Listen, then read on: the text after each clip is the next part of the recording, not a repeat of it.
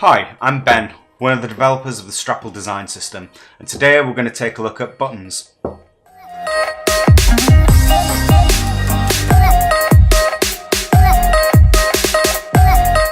There are already a lot of design systems out there for Sketch which cover variations in buttons, and they cover hover states, they cover active states, whether that button is rounded, whether it's a ghost button, lots of kind of different types of buttons that are available. However, in most of those cases they don't consider things like contrast. Is my type on my button light or dark?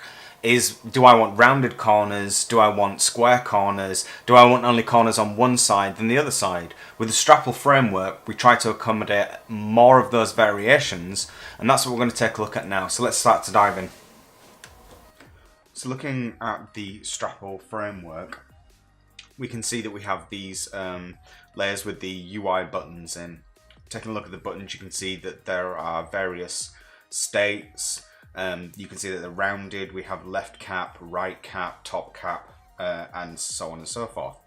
We also have a series of buttons that accommodate whether there is icon on the right hand side or left hand side, whether the icon is on its own.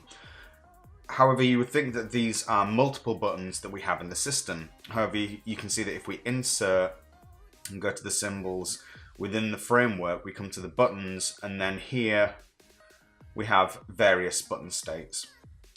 One has icon left, text dark.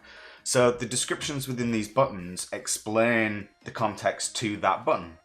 So whether the text on the button is dark, whether the icon is on the left hand side, the right hand side, and also we have various sizes for those buttons. So if we were to add a medium button and say it's rounded, we add that to the stage, the artboard.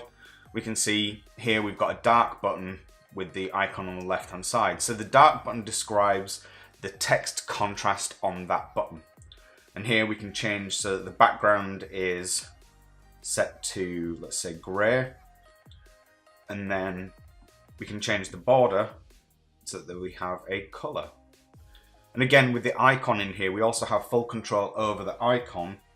We can change the icon's colour. So the icon could also be, let's say, purple. And here we've got an example of that button. And we could easily turn that into a ghost button by turning off the background. And here we go, we have a ghost button now. So let's try and add this into some more context. And we'll switch over here. So here you can see that we have a mock app for a recipe website. The recipes are actually created by the Rustic Vegan, and his imagery is absolutely fantastic. You can go over to Unsplash, check out his work, or you can go over to therusticvegan.com and check out his amazing recipes. So within this application, we want to add a few buttons. We want to maybe add a view all recipes and then also maybe a search icon.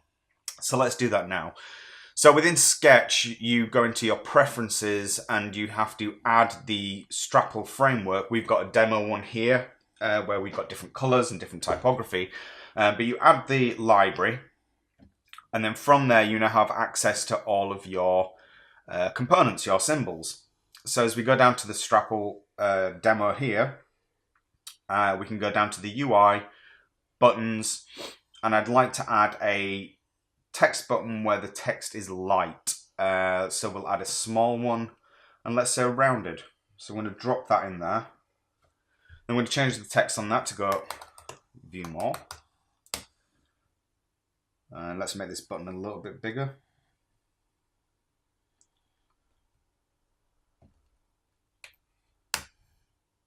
Let's centralize that.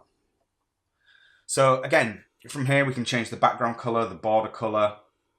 And for this instance, what we're going to do is change the background color to none. So it's a ghost button. And then we're going to select the border radius to the brand primary color. And there we go. We have the buttons now inserted. And we may decide that we don't want this to be rounded. Whenever we insert a symbol, what we've tried to do is isolate the override options so that it's contained to just this button. So we don't want all of the options for squared. We don't want all the options for top cap, left cap, etc., etc. So as you can look down here, we've isolated this particular button to be small. So we're using small buttons, and we might want this button to now be square. So we can switch that over to square, and then we choose the border radius that is square. And there we go, we've changed the button. So it's really easy and really quick to change all of the button symbols within the Straple framework. Let's go ahead and add another button. So we'll go inside the group, down to the Straple demo, UI buttons, and this time we're going to add an icon button. Let's add a circular one. Drop that in the middle. And here you can see we also have access to the icon itself. So let's change the icon first. And we'd like this to be a search icon. So we'll take a look for the search icon. Now, in previous iterations of Sketch, these symbols used to be nested, so you could see that we have these grouped up into location, etc., etc. However, in the latest version of Sketch 47, they removed those nested options, so now you have a full list on the right-hand side. However, if you go to Insert and then also go to your icons, you'll notice that these are nested, so it's a little easier to look at what you're adding via these groups. But in the case when we're switching a symbol, all those are no longer nested. So let's just go down and we'll change the button to that search icon. There we go.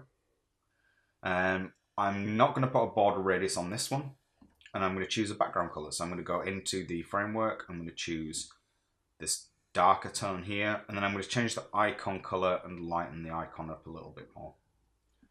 And there we go, we've added the buttons. So as you can see, it's really simple, really easy to use, and just keep trying it out, keep testing this. So another thing that we can do here is potentially look at combinations of buttons. And again, this is where the left cap, right cap comes in. So we may decide that we want tabs within the system. In that instance, we'd use the left cap, right cap. So let's switch this over and we'll do left cap. We'll also change the border. So it's left cap border. Copy and paste this. And then we're going to change this one to right cap. Let's go over to the Straple UI buttons. Text light. It's a small button. And let's go right cap. And let's change the border to be right cap. And then we can sort of merge these two together. Now you can see that these two buttons work with each other. And again, we could actually insinuate that this has a state, so we have one selected over the other. And doing that, we would just choose the darker variation of that brand palette. So we choose dark, and then here you can see that one state has been selected over the other. In the case of a ghost, we could also make these solid. So we could set the border radius to none, and then we can set the background color to be dark. And again, you can see here that we've now created this really easy tab system.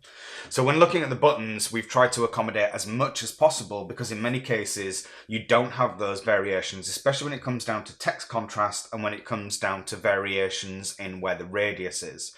So it's really simple. One of the downsides, however, is changing the radius on the button. So let's take a look at that. Now, we tried to make it easy for you to be able to change many of these states. However, at the moment, Sketch doesn't support radius within its button styling. So we don't have overrides for those radiuses. So if we go into our symbols layer within our main framework, and we look for our buttons, you can see we have all of the buttons here.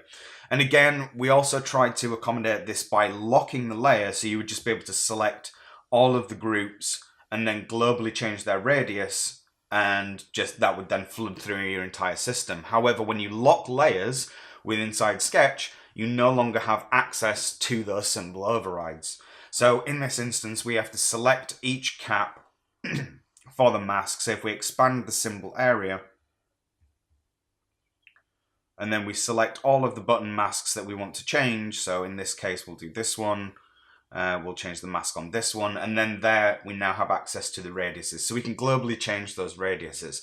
Hopefully in the future Sketch will take a look at this and we may have access to the radius for overrides. That would dramatically improve how we can update all of our symbols in one go.